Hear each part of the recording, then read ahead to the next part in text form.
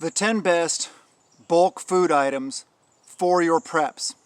Hey everybody, this is Michael with Asymmetrical Preparedness. Wanted to go over some of these things, and this is just my list, what I've thought about, what my family stores, and I think it's a pretty decent list though. I think it would pretty much cover most people's bases, with the understanding that, you know, we all have different dietary constraints and we all work within them. So take it with a grain of salt. This is what I think and my recommendation and what we do. You may need to do different, but this is a pretty good list. And it's not necessarily numerical order, but number one is rice. Why rice? Why do people stockpile rice? Well, first off, it's extremely inexpensive. You can get a lot of food for very little money. Rice is used all over the world as a staple of a lot of people's diets. It is also available. It's easy to find rice. Even if there are shortages and things like that, pretty much always find rice in the stores. Smaller packaging, more expensive. Yeah, I like buying it in 50-pound bags. But it also has 4 grams of protein per serving. A serving is basically 1 cup, and I'm talking white rice. It has about 53 carbs in that same cup and 242 calories in that cup. So, as preppers, I look at a lot of different things. I look at, you know, all the micronutrients and macronutrients. I really look at protein, fat, and calories are my big 3, because carbs are very easy to get. So that 4 grams of protein is good. Not much fat in rice. It's not a fat source whatsoever. But calories are also very important also, because that's fuel for our bodies, right? That's what will give us the ability to do what we need to do. A lot of people say rice and beans, for example, aren't complete proteins, that you got to mix rice and beans to become a complete protein. Not true. The protein in rice is still protein. There are differences, but a protein is a protein is a protein is a protein. For generality speaking. It is still a protein. It is still a complete protein, yes. So with that, let's go on to number 2 on the list. You've guessed it, beans. Why? Because they're inexpensive. They're also widely available. And a lot of people, civilizations and peoples, rely on them as a food source around the world. Also, they are seeds. White rice is not a seed, because it's gone through a process of getting rid of the shell and stuff like that, and from brown rice to white rice. It's the same thing. It starts off as the same thing. It's not grown as white rice. So, but anyway, if you have brown rice, you might possibly be able to seed it. I don't know. But beans are seeds. It's very simple. So you got a lot of seed and a lot of food. Beans have 8 grams of protein per cup and 120 calories. So rice has more calories per cup, but beans have twice the protein. So a cup of rice and a cup of beans has about 12 grams of protein and about, what is that? That's 360-ish calories. Decent meal, depending on the circumstances. All right, so rice and beans, that's an obvious one. So what are we going to go into next? Let's talk about wheat. Wheat is also very important. So I looked up the nutrition facts for hard red wheat, which is what our favorite is. We store buckets of hard red wheat. It is also fairly inexpensive. Maybe not as inexpensive as, say, rice or beans, but it's fairly inexpensive. Availability, kind of, you know, depending on where you are, also where you live, how difficult it is for you to find it. You can order it online and stuff like that, though. Also, there's 3 grams of fat in hard red wheat. There's 137 calories. Oh gosh, and I forget the serving size, but there's 24 grams of protein and 628 calories. Oh, that's right, it's a cup of wheat. 628 calories. That's a win right there. It also has calcium, iron, and potassium. Very good amounts of iron, very good source of iron, and decent amounts of potassium also, which is good for your diet. And it is very, very flexible item. You can, hard red wheat is a kernel, is a seed.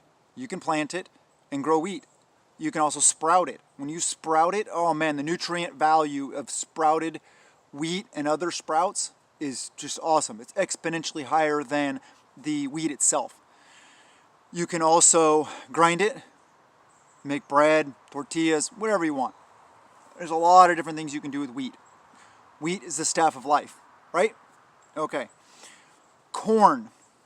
Corn is also another good thing to stockpile. I know a lot of people say Midwest stockpile a lot of corn because it's very, very inexpensive. It's probably more inexpensive for them than rice is. For me, not so much. In my area, corn is more expensive than rice and beans. So for me, I don't stockpile a ton of corn because it's cheaper for me to get bulk, mass quantities of food in rice and beans. Although it is a very good, important part of your food storage plan. So, corn. The nutrition data I found was for an ear of corn. I know, not as useful, but we're talking 88 calories, 1.4 grams of fat, 19 carbs, and 3.3 grams of protein. So, you know, fairly balanced. It's good, and there's a lot of stuff about corn, all the nutrients in it, all the micronutrients, you know, the vitamins and the minerals and stuff are also really good. So that's a good thing to have in your food storage. And that's one thing, like I just mentioned, price. You got to pay attention to what the prices of different things are in your area and make the wisest choice of spending your money for your prep to get the most for your money. Also, what do you eat? Your diet. What do you prefer? Do you prefer beans and rice? Instead of rice, do you prefer quinoa? Instead of that, do you prefer something else? Just think about that. Next one is pasta, like bulk bags of pasta. You know, 5 pounds, 10 pounds, 100 pounds of pasta. Yeah, that'd be a big bag. Pasta, 1 ounce, has 105 calories, 21 carbs, and 3.7 grams of protein. So, decent. What I like about pastas, pre-made pastas, boxed, bagged pastas, is that you can put melt and dip on them, make mac and cheese. You can throw some sauce on them, throw some meat in it, make spaghetti. There's a lot of different things you can do. You can even throw them in soups. It's so useful. So yeah, I like and I don't know many people that don't like pasta. So pasta's a good one. It could be one of those morale items. That's nice. I mean, if you have hard red wheat, sure, you could eventually make your own homemade pasta. I get it. My mom and I used to do that when I was a kid. But, all right, pasta. So next are some items I want to go into that aren't really bulk foods, but they go along with it. Sugar. Sugar is, I put it in this category because I kind of did dry goods. I'll go over other stuff on other videos. But sugar is very useful. We all know baking, cooking, all those kind of things. It's good to have a lot of sugar. Throw it in your coffee, your tea, whatever. Make candies. Morale. Good thing. Sugar, calories, also energy. Maybe not the best source of energy, but it's good to have sugar. Next one is honey. Along the same lines, both have extremely long, if not forever, shelf lives. Honey's really good for, especially if you get like local raw organic honey. It's really good for people with allergies. It really helps people with allergies. I don't have allergies, but you know, my wife uses it, my son uses it. They just have mild allergies, but it definitely helps. And then what we do is we put jars of cloves of garlic and fill it up with honey and let it ferment. Oh man, you start feeling sick, take a bunch of spoonfuls of that, you're good to go. But anyway, honey, a lot of uses for honey. Next thing I want to talk about is, to me, is very important. I know you can grow your own, but yeast. I like the, I think it's Fleshman's is the brand, vacuum sealed hard brick of it about yay big at Costco for, I forget, $7-8 or something like that maybe. That's a lot of yeast in that thing. I love getting those things, picking those things up. You can get the little yeast packets. You can get, it comes in a lot of different ways in different stores. But yeast is very good and very important for baking. And you're not going to be able to go to the store and buy a loaf of bread in some situations. So yeast is a good thing to stockpile. Okay, the next one, number 9, well, not that we're going in order, but 9 is kind of 2 items, baking soda and baking powder. Because baking, I mean, you know, we're going to have to, you know, be baking our own stuff if we're not able to go to the store, if we're in a situation like that. So it's very important for that. So the last one I'm going to go over in this video is salt. But first off, if you can, please subscribe, hit the like button, comment below, share the videos, ring the notification bell. And once you're subscribed, check back often to make sure you're still subscribed, because the algorithm doesn't like me, it doesn't like you, so make sure you stay subscribed. And if my videos aren't showing up in your feed, I put out a video, at least a video every day. Go to my channel and go click the video tab, and you'll see all the videos will still be there. So you can do it that way also. And I appreciate all you guys. So salt. Salt is very useful. You can salt meats. You can use it for seasoning, flavoring. I mean, just salt. I mean, you need the iodine in your system. And I get it. Not all salt is iodized, but you can get it. You don't need that much sodium in your diet where, I mean, if you bought, you know, say if you had 50 pounds of salt, you know, if you weren't salting meats and using it in that way, it would probably last you a lifetime. For the, what is it, the teaspoon a day or something like that of sodium that you need, your body needs, that you still get from other sources also.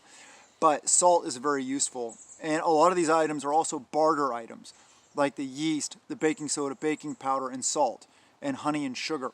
Those kind of things are really good barter items for people that may not have thought about prepping those items. So also good for barter items. But that list of 10, it's not all encompassing, of course not. But I feel that those are 10 good things to put in your bulk foods preps, or to include in your preparedness plan. So really quick, let's do a little recap.